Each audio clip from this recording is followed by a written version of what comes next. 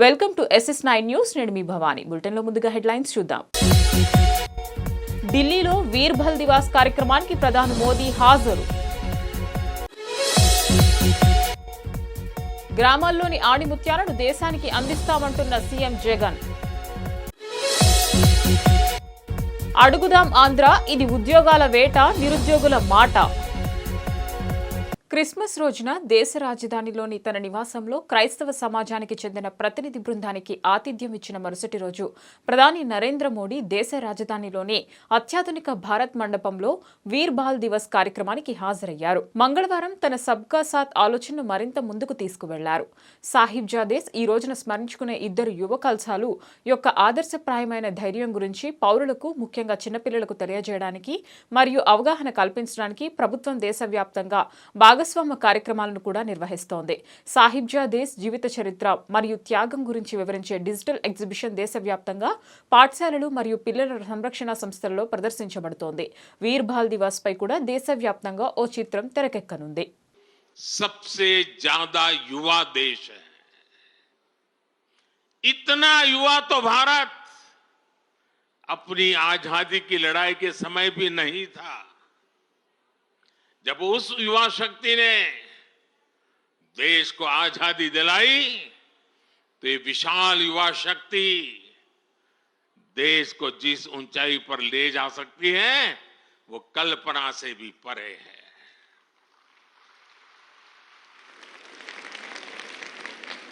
भारत वो देश है जहां नचिकेता जैसा बालक ज्ञान की खोज के लिए धरती आसमान एक कर देता है. भारत वो देश है जहां इतनी कम आयु का अभिमन्यु कठोर चक्रव्यूह को तोड़ने के लिए निकल पड़ता है. भारत वो देश है जहां बालक ध्रुव ऐसी कठोर तपस्या करता है कि आज भी किसी से उसकी तुलना नहीं की जा सकती. भारत वो देश है जहां बालक चंद्रगुप्त कम आयु में ही एक साम्राज्य का नेतृत्व करने की ओर कदम बढ़ा देता है.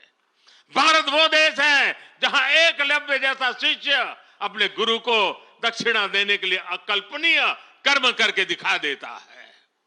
भारत वो देश है जहां खुदीराम बोस, बटुकेश्वर दत्त, कनकलता बरुआ, रानी गाइडिनल्यू, बाजी राउत जैसे अनेकों वीरों ने देश के लिए अपना सब कुछ न्यौछावर करने में एक पल भी नहीं सोचा. जिस देश की प्रेरणा इतनी बड़ी होगी उस देश के लिए किसी भी लक्ष्य को पाना असंभव नहीं है.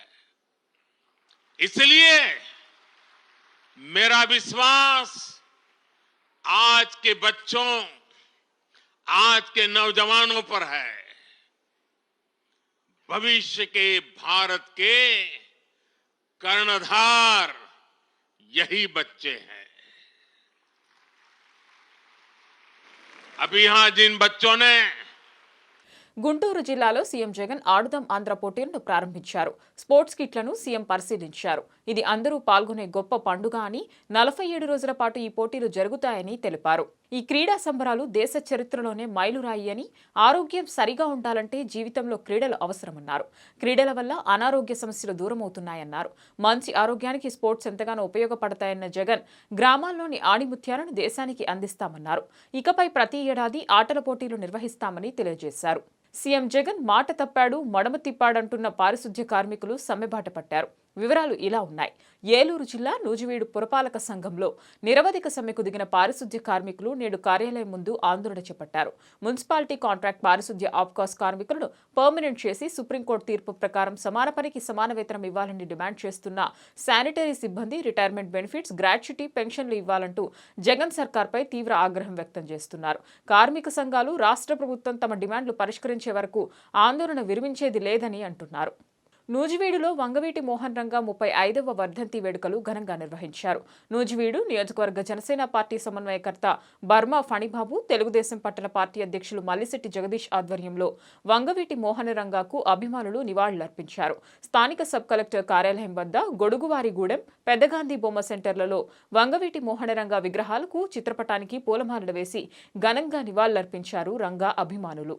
ఈ సందర్భంగా నూజివీడు నియోజకవర్గ జనసేన పార్టీ సమన్వయకర్త బర్మా ఫణిబాబు మాట్లాడుతూ వంగవీటి మోహనరంగ ఆశయాలు, ఆలోచనలు నేటి యువతకు ఆదర్శనీయమని, కులాలకు, మతాలకు, వర్గాలకు, పార్టీలకు అతీతంగా వంగవీటి రంగా చేసిన సేవలు చిరస్మరణీయమని బర్మా ఫణిబాబు అన్నారు. అందరికీ నమస్కారం. ముఖ్యంగా మరి ఈరోజు నూజివేడు పట్టణంలో ఉరుగోడుగూడెం వార్డులో మరి ఈఎం రంగా గారి వర్ధంతి సందర్భంగా మరి ఈరోజు నివాళులర్పించడం జరిగింది.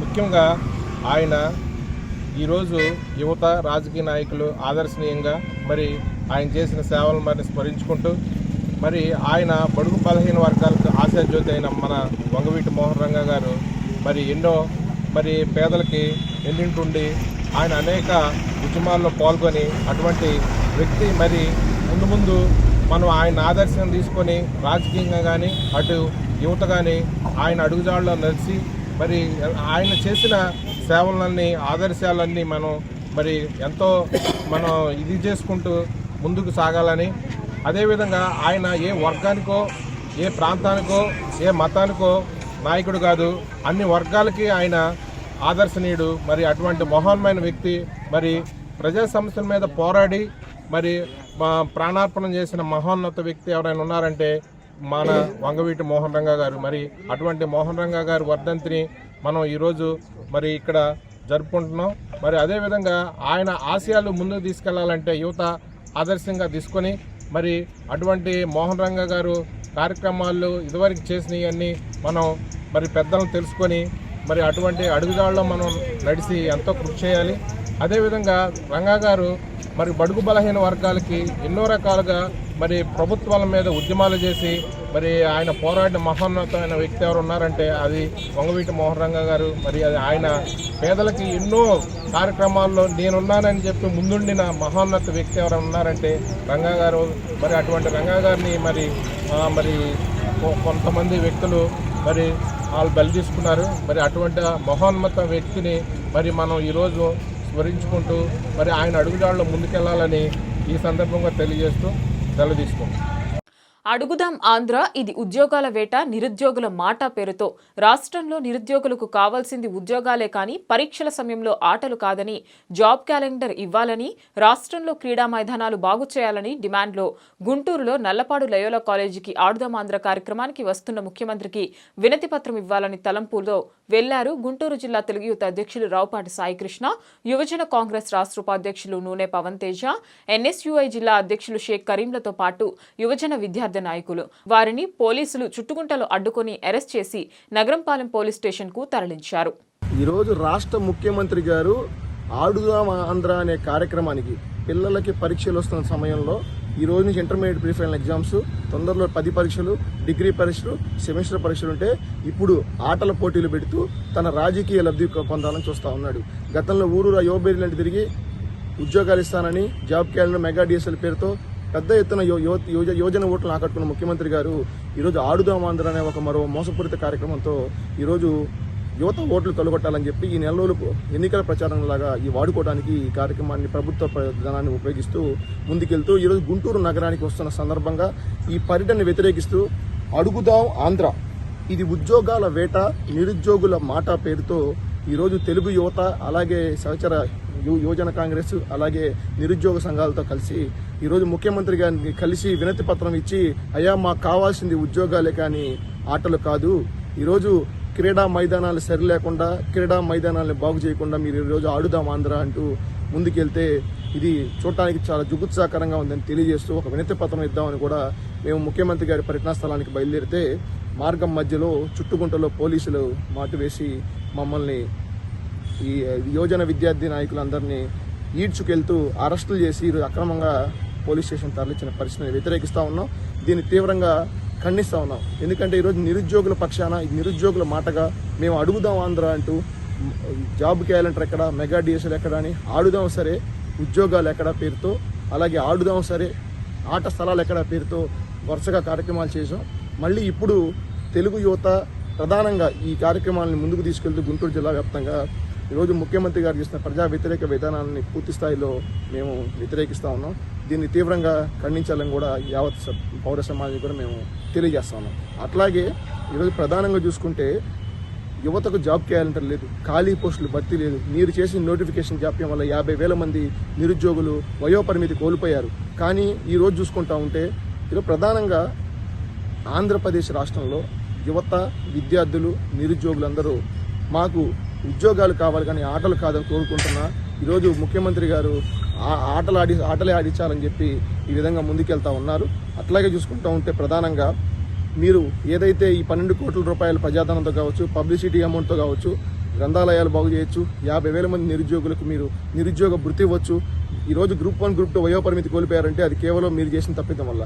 కానీ వీటన్నింటిని పక్కదో పట్టేసి మేము ఇట్లా ప్రచార యావలో భాగంగా ప్రచారాలు చేసుకుంటామని టీషర్ట్లు, బ్యాట్లు, గార్డులు మేము కూడా ముఖ్యమంత్రి గారి ఫోటోలు వేసుకుంటా ఉన్నారు. దీన్ని తీవ్రంగా ఖండిస్తూనే ఈరోజు మేము ముఖ్యమంత్రి గారి కార్యక్రమానికి వెళ్దామని చెప్పి ప్రయత్నిస్తే పోలీసులు అడ్డుకోవడం కూడా హేయమైన చర్యగా మేము భావిస్తూ రానున్న రోజుల్లో వెంటనే జనవరి 1 వస్తుంది. ఈసారన్న జాబులున్న జాబు క్యాలెండర్ విడుదల చేసి యుద్ధ ప్రాతిపదికన పోస్టులన్నీ ఇవ్వాలా. లేని పక్షంలో మీరు ప్రజాక్షేత్రంలో భంగపాటు తప్పదని కూడా ఈ సందర్భంగా తెలుగు యువతగా నేను ముఖ్యమంత్రి గారికి హెచ్చరిస్తా ఉన్నా. ఎన్టీఆర్ జిల్లా విజయవాడలో మంగళవారం వంగవీటి మోహనరంగ విగ్రహానికి జై భారత్ నేషనల్ పార్టీ అధ్యక్షుడు జేడీ లక్ష్మీనారాయణ పూలమాలలు వేసి నివాళులర్పించారు.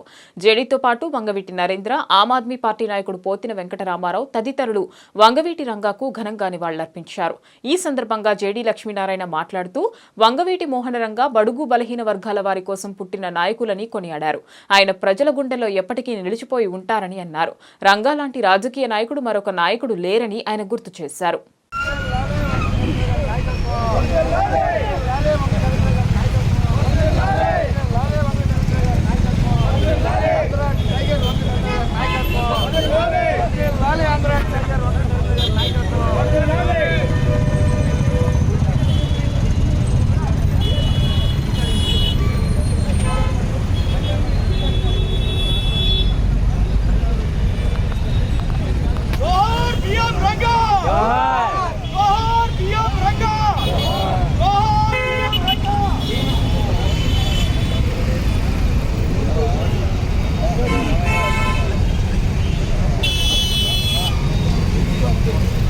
ఎన్టీఆర్ జిల్లా కొండపల్లిలో వంగవీటి మోహనరంగ వర్ధంతి సందర్భంగా జనసేన పార్టీ మైలవరం నియోజకవర్గ ఇన్ఛార్జ్ అక్కల రామ్మోహన్ రావు గాంధీ ఆధ్వర్యంలో అన్నదాన కార్యక్రమం నిర్వహించారు. కొండపల్లి రైల్వే స్టేషన్ సెంటర్లో స్వర్గీయ వంగవీటి మోహనరంగ 35వ వర్ధంతి సందర్భంగా సుమారు 500 మందికి అన్నదానం చేశారు.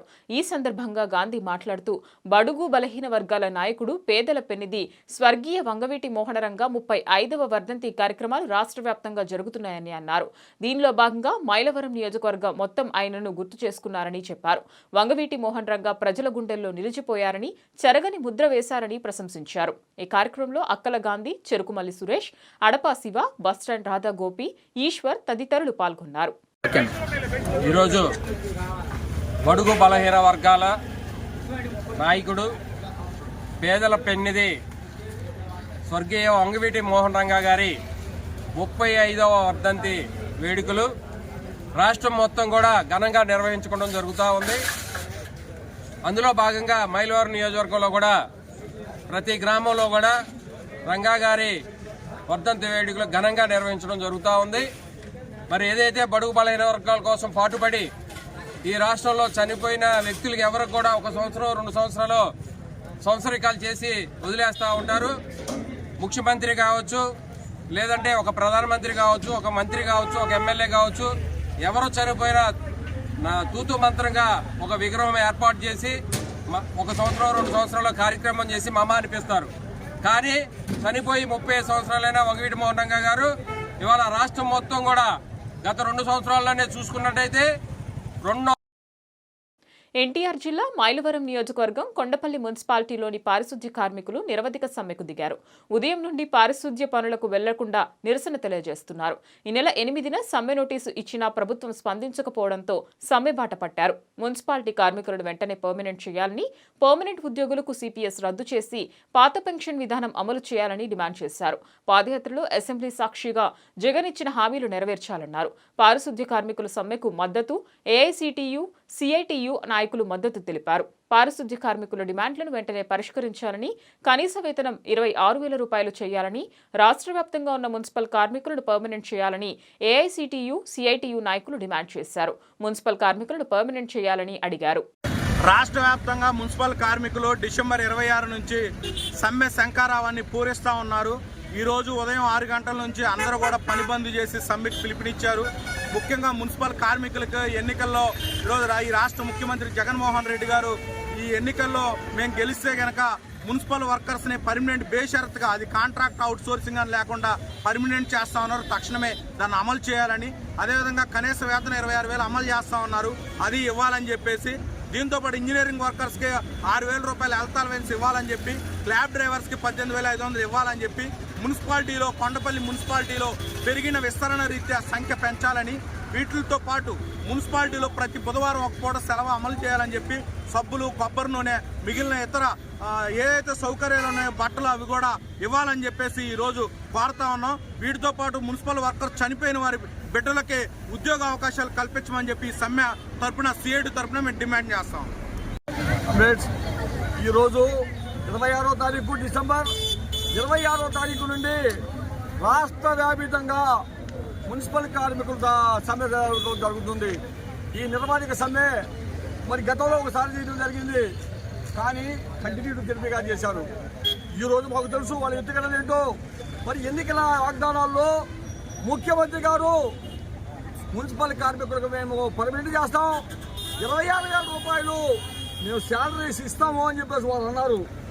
వారు చేసిన వాగ్దానాలు వారు నిలబెట్టుకోకపోవడం వల్ల అనేక ప్రజా సంఘాలు ఈరోజు ధర్నాలు మరి ప్రదర్శన చేయడం అనేది కార్యక్రమాలు చేయడం జరుగుతూ ఉంది. అందులో భాగంగా మరి ఇవాళ మున్సిపల్ కార్మికులు రావాల్సినటువంటి శాలరీస్ కానివ్వండి, వాళ్ళకి రావాల్సిన బెనిఫిట్స్ కానివ్వండి మేము కోరుతున్నాం.